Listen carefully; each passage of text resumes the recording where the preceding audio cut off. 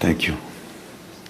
Well, there's nothing like playing in this Tournament of Champions. I think it's been one of the great things that has happened to Michigan State University and our basketball program, but our university in general, the number of alums and people that kind of plan I don't know if it's a vacation, it's maybe a gathering of sorority, fraternity, brothers and sisters. I think Magic's coming in. You know, it's just one of those things that a lot of your former alums, donors, boosters have kind of gone to over the years. And over the past 10 years, the event has become a signature event. I mean, I don't think there's any question. And for us to be a part of that is an honor. We've had a couple of days now, you know, a game since our loss. We've had a win against Southern Indiana, and yet tomorrow's at a different level. We know that. We've had really good practices the last 2 days. And with Duke, I watched their game when they lost at home. Like I said, everybody's struggling to find out who they are and what they are. They have three really, really, really good players. But Jeremy Roach is a guy that hurt us 2 years ago, 3 years ago, whatever it was. It was a freshman or sophomore. We played Duke in the tournament. He hit those big threes late in the game when we were up. And he almost left last year, still there. Proctor was a kid that definitely was, him and Filipowski could have definitely left last year, and they both came back. So with Roach, he's been a 3-year starter. Proctor, a 2-year starter. Filipowski is a 2-year starter. He's averaging 25.7 rebounds in the first 2 games. And the other guy with some experience is Mitchell. So unlike a lot of Duke teams, they do have some experienced guys. They do have guys that have started. They do have guys that have played, and they do have guys that have turned down chances to go to the NBA last year. I think the biggest thing, they've got the kid Young from Northwestern that is playing 15, 18 minutes a game, and you know, we're just going to have to shoot the ball better. Big surprise.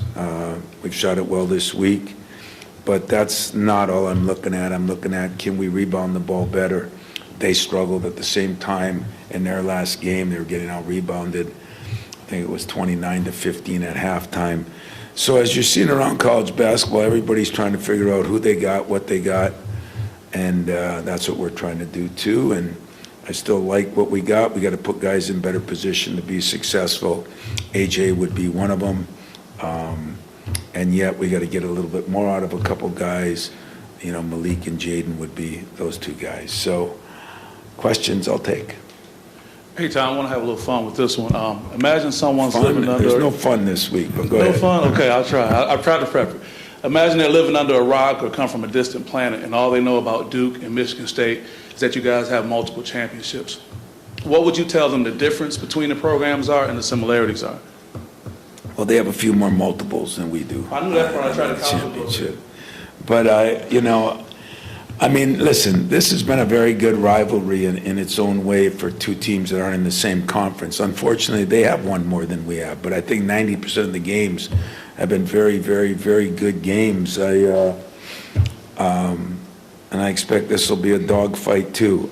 You know, they're very talented, very talented. They play a lot of 3 guards. In fact, sometimes they're playing 3-point guards. So what I would say is it's 2 programs that have done it the right way, 2 programs that there's been great respect for. I'm a little mad at Mike that he didn't let us win a few more of those games, but other than that, I recruited John Shire. I've known John. He's done a good job there. Some of the staff's the same, and yet it'll be different. Not looking down there and not seeing Mike Krzyzewski. That'll be different for me, for sure. And but they're in good hands. They're doing well, and hopefully we are too.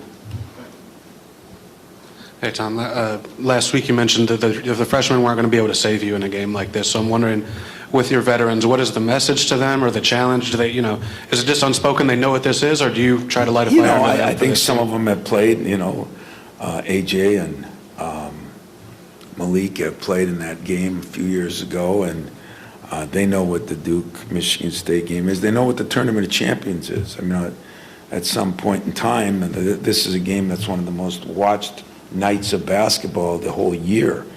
And I just try to express upon them, that doesn't happen to everybody. This is an opportunity and it's a privilege. And I think we'll get our best game, Now, I also think they're awfully good and every bit deserving of their rankings. But the rankings are so difficult right now because nobody knows who anybody has or what all these changes have meant. So we're all just trying to find ourselves. I'm sure they are too. I'm sure there's things they liked. I'm sure there's a few things they didn't like.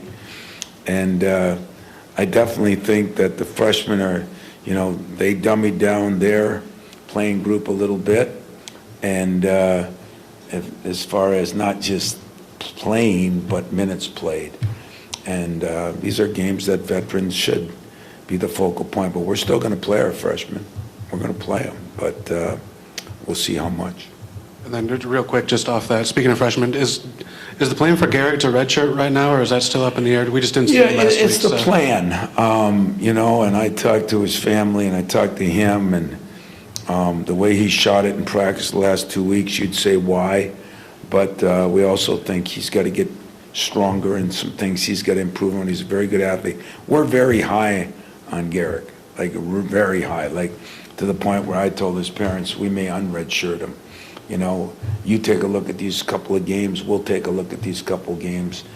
We're not going to do that in January, but for right now, for some strange reason, the NCAA has given football a chance to redshirt on Christmas Eve, and basketball, gets 2 exhibition games. I'm not sure I'm for or against many things, but if they get a third of the year, we've been fighting on our committee. That definitely should be something, but who knows how people look at things. But that makes it very, very difficult. And he was hurt the first exhibition game, if you remember. So the game plan is to try to do it. That is not etched in stone yet. That'll be something that Garrick and I and his parents and my staff figure out in the near future. Tom, you had so many matchups against Mike over the years. Just wondering what it's like to prepare for a Duke program without him, and does it seem a lot different? I know, or did John kind of keep everything, from the outside at least, looking pretty similar? I think John's doing a lot. I mean, you learn from your mentor, and that's the way you play. And some of those players were here when Mike was here, and Roach, unfortunately, is one of their best players, and he's been there through a long time. And but I'm going to miss Mike. I saw him on the sidelines the other night. In fact, I just sent him a text this morning. I am going to, you look at different things, and as always, when somebody's on top, they're the target. But he did a lot for college basketball. He did a lot for Duke basketball. And I always felt our relationship and our games, I told him at the end, you probably, you've always been good to me. And he said, well, that's because I like you. I said, that's because you beat me. I said, if you didn't beat me, would you like me as much? But we did get a couple at the end there that really mattered. But all in all, the job he's done there is legendary, deserves to be legendary.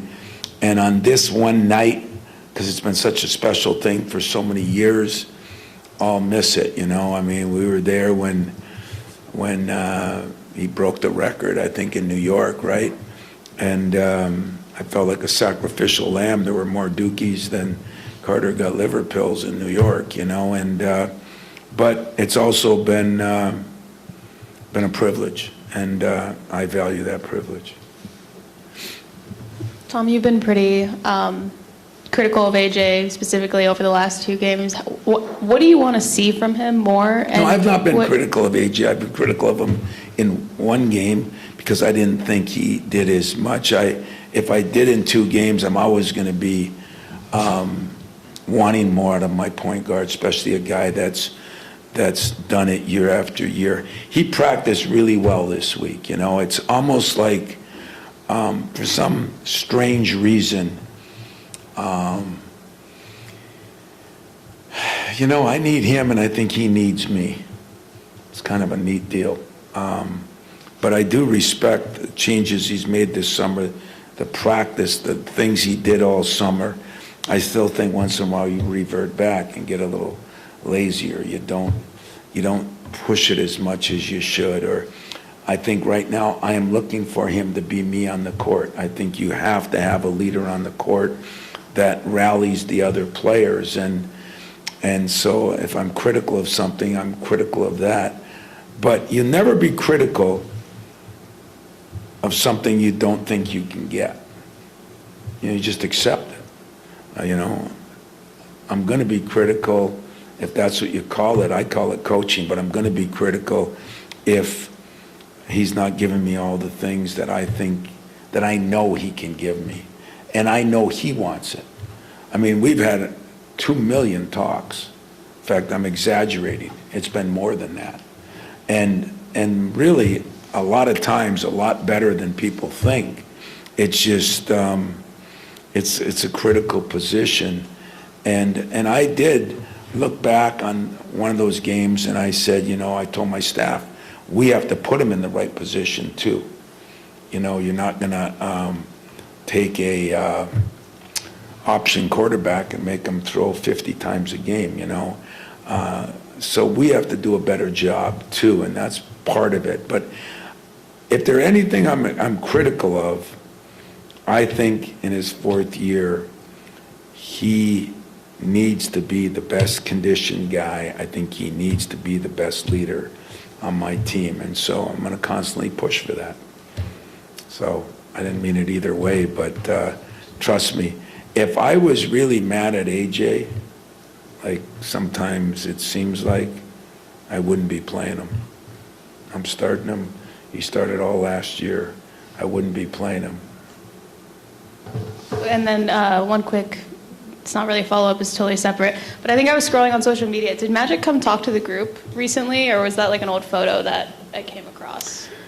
Yeah, I just flew him in, you know, on his jet. I flew him in here and I said, Urban, you know, I got people mad at me where we shot poorly, and especially since Urban, I wouldn't say that was one of his strengths, you know, was shooting. So I had him come in and talk about shooting and everything. And no, the truth of it is he was in town. He called and he came over and he spent a lot of time with us. He spent time with our staff. He spent time with me, just talking, not solving problems. To him, it's a joke. He's got more problems with the Lakers, he says. But he did spend, he spent about an hour with the players alone. Because I told him I didn't want to be in there, just you talk to him, you know. And he did something pretty cool, I guess. It's just from hearsay, but he asked each player to ask him a question that he thought would help the team. That's a pretty cool idea, you know. I'd never heard of that one, so he let all 15, you know. I got to find out what the hell Steven asked him, come to think of it. But he did speak to her. That was a couple days ago. Yeah, a couple days ago. It was the day before he gave out. It was Friday because Saturday he had his big deal. That was, I guess, a real big deal. And I wish I could have gone to that, but we had practice. We had a couple of practices Saturday just to get back into form. She stole my question. I saw him Saturday at that event, and he said he talked to the team. You don't look at the social media, so how the hell would you No, see because that? I saw him. I'm not dropping names, but I saw him, and he said he talked to the team. Oh, yeah. I didn't know you don't watch him. I was going to ask you if you look into your player's eyes when he speaks to them, but you didn't see him speak. Oh, I introduced him, of course. You know, I mean, I want. I'm just wondering, though. I mean, he's God to those guys. He really is, you know. I mean, like I said, I've been so fortunate because Matina and Steve are here a lot, and Irvin, and I mean, those are the icons of our program, and yet Irvin's Irvin, you know. And he was like, some of the freshmen, I said, well, how was that, you know? And their eyes were this big, but they were this big because they were amazed how humble and how just regular he is, and that's a gift. I told him then. I tell everybody this, if I and I'll make a lot of people mad, but if I owned a team and I wanted to pick the first player on that team, as good as Michael, I love LeBron, I loved Kobe, I mean, Larry and all the rest, but I'd take Irvin because I think what Irvin is, he's one of the greatest players, but he is by far the greatest leader and gatherer of people and motivator. And just listening to him there, we're talking about the Lakers, pro ball, college football, college basketball, we're hitting everything. I wish he was the czar for us. I wish he was the czar because I think he gets it. Question I had is the number of fouls that are being called in these games. It seems like it's going up all the time, and players are either fouling out or they're sitting because they're in foul trouble. Is there anything that can be done about it, or is there a reason there's so many more fouls? Well, I think you can tell most of the time. I'm usually trying to encourage the officials to not do that, but you know, it's interesting. I mean, I just watched the game that I thought was pretty physical in Duke and them, and there weren't many fouls in that game. And I think that's what's so hard and frustrating for both players and coaches. And I know our guy here is, you know, Terry Weimer is in charge of the Big Ten, and he's trying to, but you know, former official, I think, gets it and is understanding it. And there is a process to that, too. There's younger officials, there's new officials, there's officials from different leagues. Officials have done what players are doing, you know, they're in their own transfer portal. They're all over the country. So you get different officials refereeing different leagues, and it's difficult. It's not an easy job. And but I would agree there, you know, you look at some of the games we played, there's been a ton of fouls, you know, and a ton of free throws. And you kind of hope it doesn't turn into a foul shooting, free throw shooting game. That's not what people want to see. But I don't know how you. I don't know. I got enough to deal with. I don't. You know, there's talk about it. They did it in the NBA one year. I think they went from 6 to 7 or whatever they went to there, and some people claim it's more physical because now the guy, you know. So I don't know. That's a very good question. I think another thing that would help that is maybe if we didn't shoot, you know, if you had quarters like where you don't shoot as many free throws and getting a bonus earlier or whatever. I'm for anything that makes it a little less physical and more play rather than free throw shooting. I'd be for that. So if you can come up with some, Fred, I'd be glad to listen, and I'll give it to my committee, who will give it to the NCAA, and they won't even do that. You had mentioned about your relationship with Mike, but what's your relationship with John?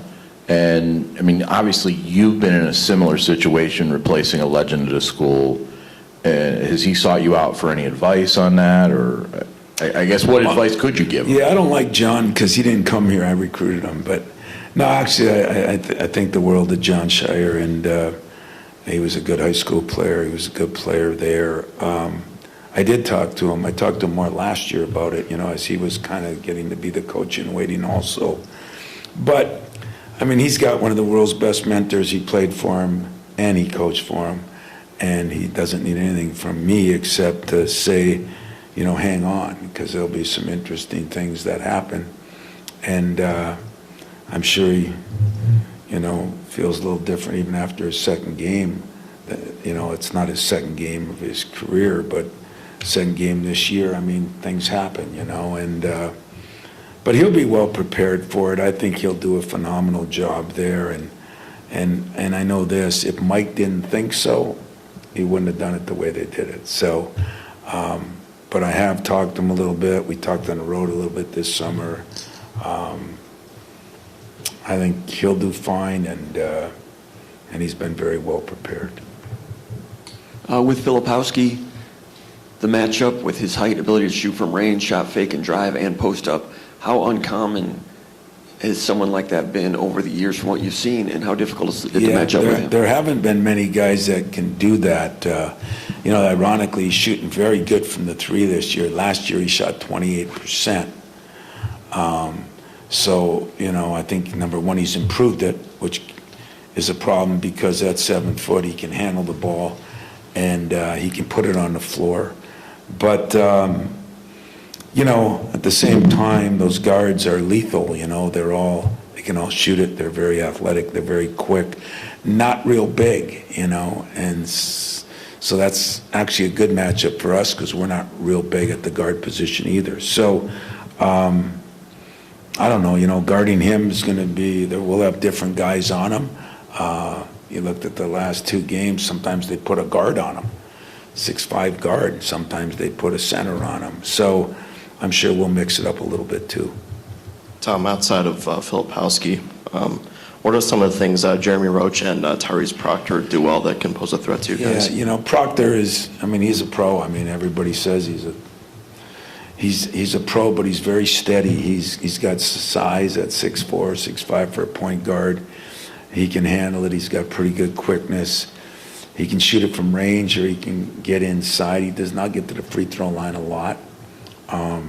He's not as bulky as the other guards they have, but very, very good player. And so Roach is just a money guy. He just seems like, when he was a freshman or sophomore, he took those big threes against us. He had no business shooting one of them, and it went in. And that's kind of what he's done. He's taken a lot of big shots. He made a hell of a big shot the other night against Arizona to put him up to big three. He's their big shot guy, and he makes big shots, and he's comfortable with it. He's pretty good defensively. He's a very solid guard. You can tell one that's been in the program for 4 years.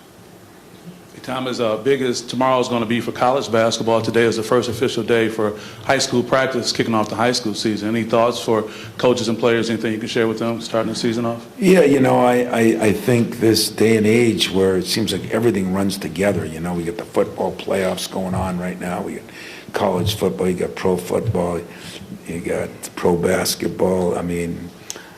There's a lot of things going on. Thank God our soccer team's still playing, There's just a ton going on, and I would say to all of them out there, listen to your coach, try to, stay away from the distractions that I say to everybody, because this is a unique time, when kids have a good summer, now they come back and try to make their team, and then they make their team, and then where are they on the list? Are they starters? Are they subs? I'd like to tell all of them there is a process to this, and enjoy the journey and enjoy the process, and try to do the best you can. And to the coaches,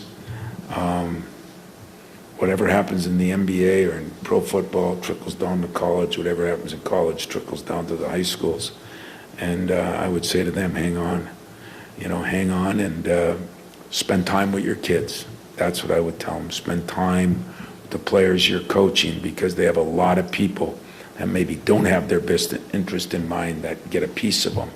And so I think that's one thing I tell my assistants, I tell coaches when I speak, you've got to spend time with your guys so that they know, how you feel and what's going on, and whether they're secure, whether they're playing a lot or not. We spend a lot of time with Garrick Norman. We spend a lot of time with Xavier Booker right now, Don't just do it in crisis time. Do it the whole time. Welcome.